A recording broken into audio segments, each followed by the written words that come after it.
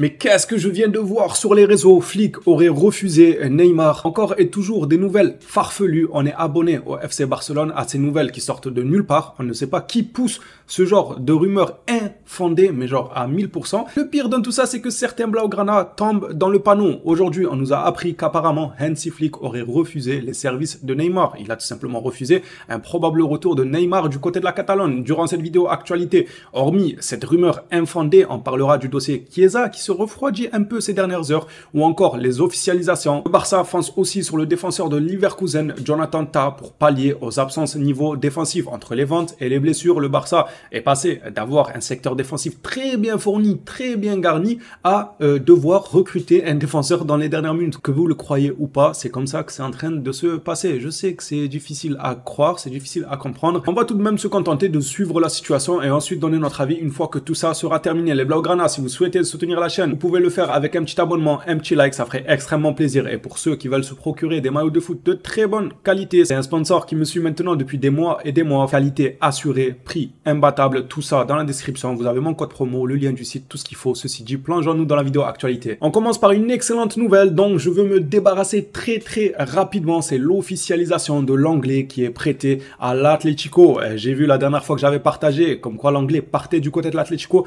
Il y en a qui n'étaient pas contents parce que ce n'est qu'un prêt et pas une vente. On a du mal à se séparer définitivement de l'anglais. Je vous l'accorde, mais j'ai envie de vous dire, un prêt, ça reste mieux que rien, surtout dans notre situation, avec le fair play financier et tout ce qui s'ensuit, ça reste quand même acceptable. Parlons un peu de la blessure de Christensen. Au tout début, on nous avait annoncé un mois d'indisponibilité. Quelques jours après, vous savez comment ça fonctionne à la maison, on nous a annoncé que en fait, c'était plus un mois, mais 2 mois. Mais là, quelques jours plus tard, on nous annonce que ce n'est pas 2 mois, mais 4 mois. Oui, 4 mois d'indisponibilité, mais autant qu'il joue pas toute la saison. 4 mois, c'est quoi ça?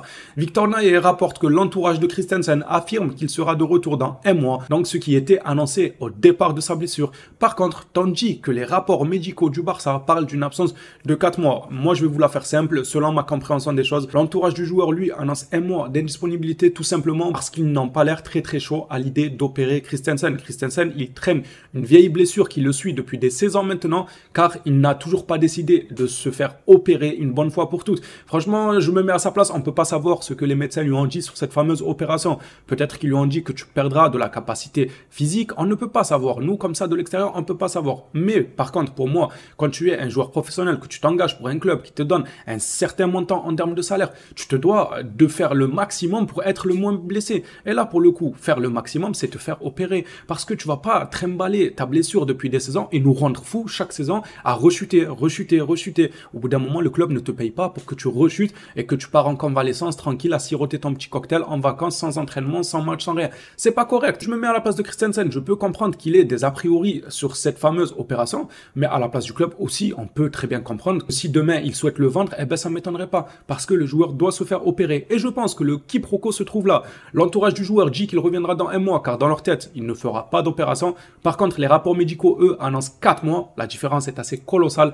Je pense que eux, ils intègrent le fait que le joueur va se faire opérer. Opération égale convalescence plus longue que si il trimballait encore cette blessure, il l'a laissé un peu se calmer, ensuite il revient sur les terrains. Mais c'est peine perdue, ça sert à rien de faire ça. Vaut mieux assurer en te faisant opérer. Si tu perds de la capacité, eh bien il faudra faire face, mais au moins tu éradiques cette blessure-là une bonne fois pour toutes. Est-ce que pour vous, vous avez une autre, on va dire entre guillemets théorie, c'est pas vraiment une théorie, mais est-ce que vous avez plutôt une autre explication sur pourquoi son entourage ils annoncent un mois et le staff médical du Barça, eux, annoncent 4 mois, sachant qu'il y a réellement ce quiproquo de l'opération. Un clan veut que Christensen se fasse opérer et un autre clan ne veut pas entendre de ça. Nous avons les chiffres du transfert de Roque en prêt du côté du Betis. Roger Torello a classifié carrément au cas par cas tous les détails de ce dossier. Prêt jusqu'en 2025 avec option de prolongation jusqu'en 2026. Le salaire est pris en charge par le Betis. Ça, c'est une bonne chose. Le Barça peut le récupérer gratuitement après une saison. Ça aussi, c'est une très bonne chose. Option d'achat du Betis pour 80% des droits, 25 millions plus bonus. Si le Betis venait à lever l'option d'achat, le Barça aura une option de rachat à 27,5 millions. Vu le pétrin dans lequel on se trouve, ça reste correct. Le joueur est en prêt. La saison prochaine, on peut le récupérer gratuitement. Si Betis il venait à faire lever son option d'achat, on a toujours un droit de rachat à 27 millions. Bon, ça piquerait quand même de mettre 27 millions sur un joueur que tu as prêté à la base, on va pas se mentir. Mais ça dépend de comment le joueur évoluera. Ça nous laissera le choix de voir si c'est une fraude et le Barça ne le récupérera pas. Ou bien au contraire, si le joueur explose du côté du Betis, il reviendra du côté de la Catalogne. Catalogne. El Hilal et Manchester City sont OK pour Cancelo. Le joueur doit décider. Le joueur, je pense qu'il doit attendre le Barça. Mais malheureusement, ces dernières heures, on entend beaucoup que ce dossier-là est tombé à l'eau. Apparemment, le Barça ne s'intéresse même plus aux joueurs. C'est à prendre avec des pincettes. On sait comment ça va vite du côté du Barça avec les rumeurs. C'est Fabrizio Romano qui nous annonce donc qu'il y a un accord entre El Hilal et Manchester City. Et moi, je peux avoir tendance à croire que ce dossier-là est tombé à l'eau parce que le Barça s'intéresse à un défenseur central. Rappelez-vous, encore hier, je vous ai dit que si le Barça voulait pallier au départ d'Eric Garcia, au départ de Faye, à la blessure de Christensen, à la blessure de Araujo, il reste Martinez, Koubarsi, voilà, ça peut être léger pour toute une saison si les joueurs venaient à rechuter en termes de blessures ou si Martinez venait lui aussi à se blesser, c'est très léger dans le secteur défensif. Encore hier, je disais qu'ils se doivent d'aller chercher Cancelo pour pouvoir libérer Koundé et le replacer en tant que défenseur central. Apparemment, ils n'ont pas opté pour cette solution-là, mais plutôt de viser directement un défenseur central et c'est celui du Bayer Leverkusen. Je pense que tout le monde le connaît. Pledgigol rapporte que les premières discussions ont déjà eu lieu pour un possible transfert de Jonathan Tah. Je vous avoue que je ne comprends pas grand-chose. D'un côté, bon, pas de panique, Olmo va bel et bien être inscrit. Apparemment même, il participera au match de demain. On en parlera durant cette vidéo actualité. Mais d'un côté, on nous dit qu'ils ont du mal à inscrire Olmo. D'un côté, on nous dit que Chiesa, ça tombe à l'eau. Cancelo, ça tombe à l'eau. Voilà, il y a tous les dossiers qui tombent à l'eau. Et de l'autre côté, tu as des noms qui sortent de partout. Jonathan Tah qui sort de nulle part. Neymar qui propose ses services, il sort de nulle part. Je comprends pas. On peut inscrire ou on peut pas. On peut acheter ou on peut pas. Il ne voit pas très clair dans les projets du Barça. En fin de compte, j'ai hâte que ce mercato se termine, histoire qu'on mette un point final à la ligne. Qu'on se dise, ça y est, c'est fini. On a ça comme collectif, il n'y a personne qui risque de venir et enfin on pourra donner un avis avec tous les éléments réunis. Mundo Deportivo rapporte qu'après plus de 2 semaines, Dani Olmo jouera demain son premier match avec le Barça. Ça y est les gars, rapidement, on a des chances de le voir demain lors de la rencontre face au Rayo Vallecano. Personnellement, je suivrai de près ce match-là parce que ces dernières saisons déjà on a du mal contre le Rayo Vallecano. Pour moi, on va gagner. Demain, on va gagner. En plus de ça, c'est l'occasion de voir quelques minutes Dani Olmo, voire même une titularisation. On ne sait pas parce qu'il a déjà raté les 2 premiers matchs de Liga. Il faut que lui aussi se remette en jambe. Peut-être que Flick prendra le risque parce que ça reste un joueur qui est sujet à de nombreuses blessures. Donc, je ne sais pas si Flick le mettra directement comme ça dans le bain en tant que titulaire, mais c'est possible. Dans tous les cas, il jouera quelques minutes et ça sera pour notre plaisir. C'est confirmé. Olmo devrait être inscrit car d'autres médias le confirment aussi. Dani Olmo sera inscrit pour le match de demain. Plusieurs médias s'accordent pour dire ça, je pense que ça ne sort pas de nulle part. Concernant Chiesa, Luis Rojo nous rapportait cet après-midi que le Barça ne recrutera pas Chiesa après de nombreuses informations nous disant le contraire, parce que avant de ce communiqué de Luis Rojo, absolument tous les médias disaient que Chiesa arrivait entre mercredi et jeudi du côté du Barça. L'option est écartée à ce jour à cause du fair play financier. Qui croire, qui ne pas croire, qui est en train de nous mentir et qui dit la vérité? Beaucoup de médias, eux, disent que ce sera mercredi ou jeudi pour Chiesa. Luis Rojo lui s'entête en disant que l'option est totalement écartée due au fair play financier. Comme vous pouvez le voir sous vos yeux, des journalistes confirment bel et bien que le dossier est encore vivant.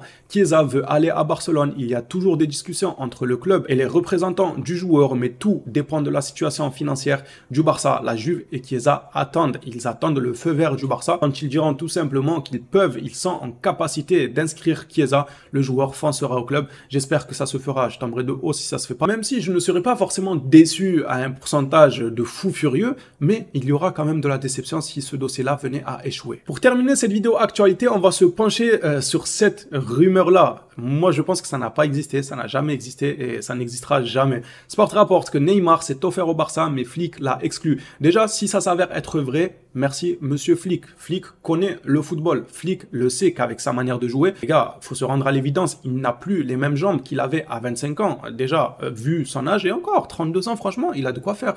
Dans le milieu du football, 32 ans, si tu te gères bien, tu as de quoi faire.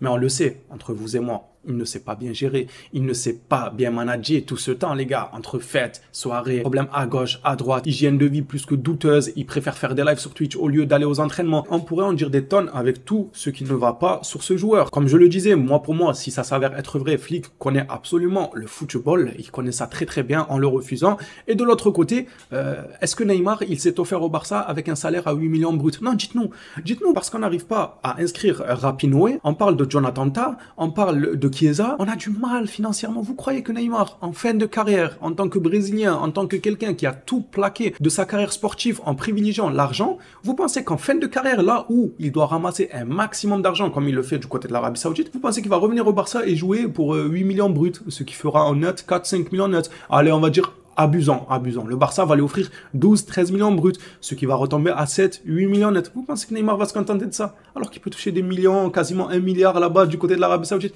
Mais jamais de la vie. Soyons cohérents. Sportivement parlant, ce n'est pas forcément un bon deal. Et financièrement parlant, encore pire. Je sais même pas pourquoi on en parle. Il n'y a pas de financièrement parlant ou je sais pas quoi. Normalement, on ne devrait même pas en parler. Voilà ce que j'en pense moi de cette rumeur. J'ai hâte quand même d'entendre vos avis à vous sur ce dossier. Neymar, est-ce que pour vous, c'est réellement proposé au FC Barcelone? Vous y croyez ou pas du tout? De mon côté, absolument pas. J'ai hâte de lire vos commentaires sur l'actualité, pas forcément que Neymar, Chiesa, Olmo. Qu'est-ce que vous pensez un peu de cette vidéo actualité et des informations qu'on a eues aujourd'hui? Blaugrana, ceci dit, on s'attrape à la prochaine vidéo sur le FC Barcelone. D'ici là, prenez soin de vous les phénomènes.